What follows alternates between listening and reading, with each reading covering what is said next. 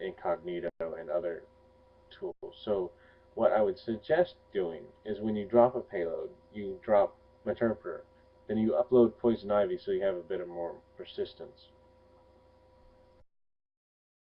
Now,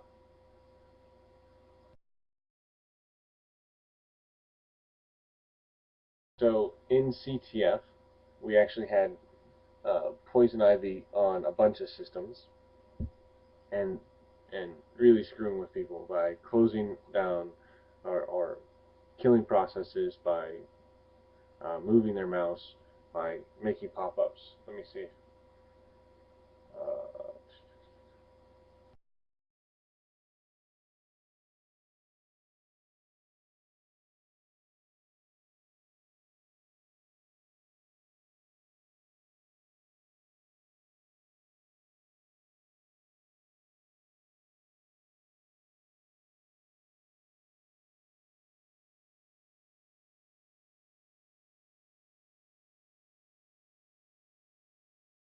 all right, so this one doesn't have pop-ups, but Nuclear Winter does.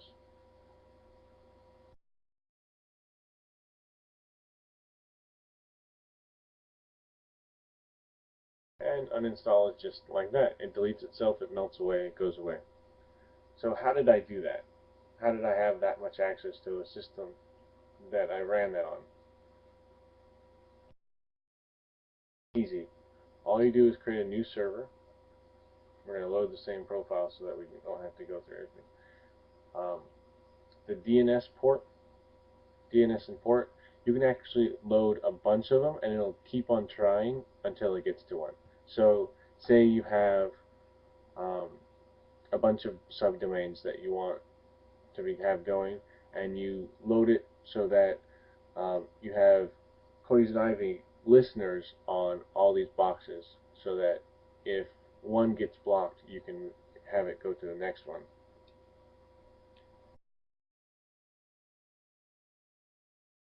Have it go through a proxy. You can have it hijack a proxy by going through Internet Explorer's proxy.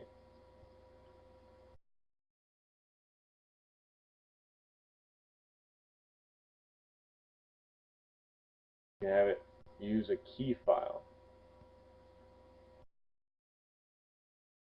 that when you log in, you have to have this key file, which makes it nice so that other people can't use your Poison Ivy installs or get access to it.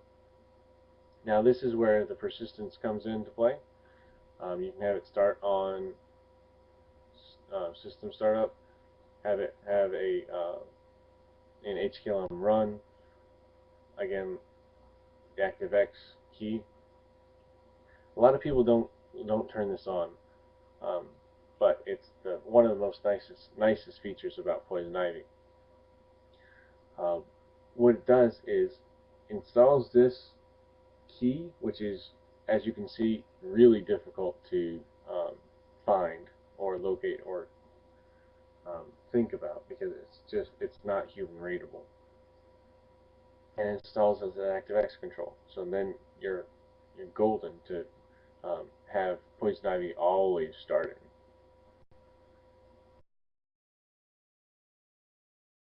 Now, um, can it be installed on a VistaBox with UAC instead? Yes.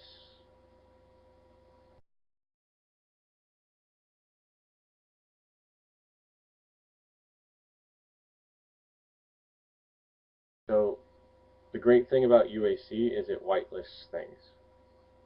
So all you have to do to get around UAC is figure out what the default whitelists are, which is really easy, like uh, calculator or um, telnet.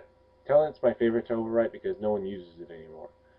So you overwrite telnet, 9 times out of 10 it's not running, and you've just circumvented UAC because it's allowed to have network connections.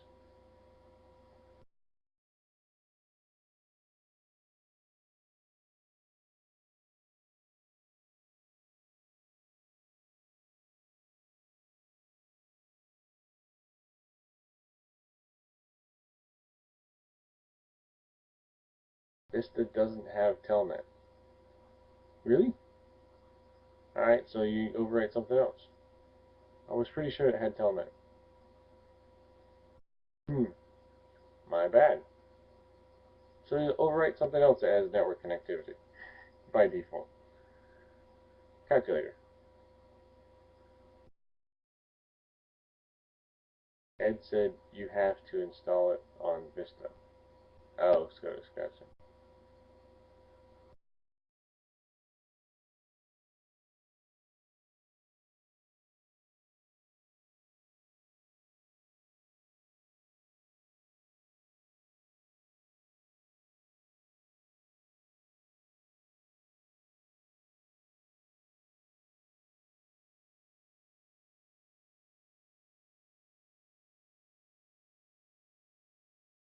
Anyways, so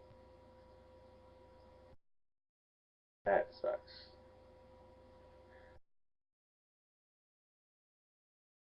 So what you can do is copy file, copy it into alternate data stream, and tell it to melt. Now, how you that will work is what will happen is when you drop it onto the system and run it, it'll instantly copy itself into the alternate data stream of one of the executor you specified, and delete its own executable, so it dies, but it runs in its other executable. So here's a very very important part of um, Poison Ivy, the mutex. Now all the mutex is a variant, so that not more than one can be running of your own, so you're not over writing itself. Now, if more than one hacker hits that system with Poison Ivy, and they have a different mutex than you, it's going to run more than once. But it kind of is a fail-safe for yourself, so that you're not dropping Poison Ivy over Poison Ivy over Poison Ivy. Now here's some more persistence. Um, it will inject into the default browser. It'll inject into some of the running processes also. So kind of like Interpreter does, um, except for it's not a DLL.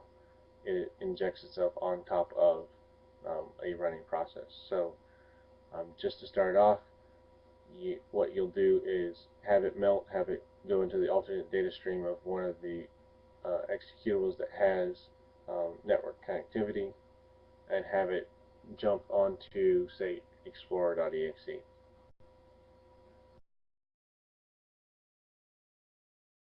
Now, you can also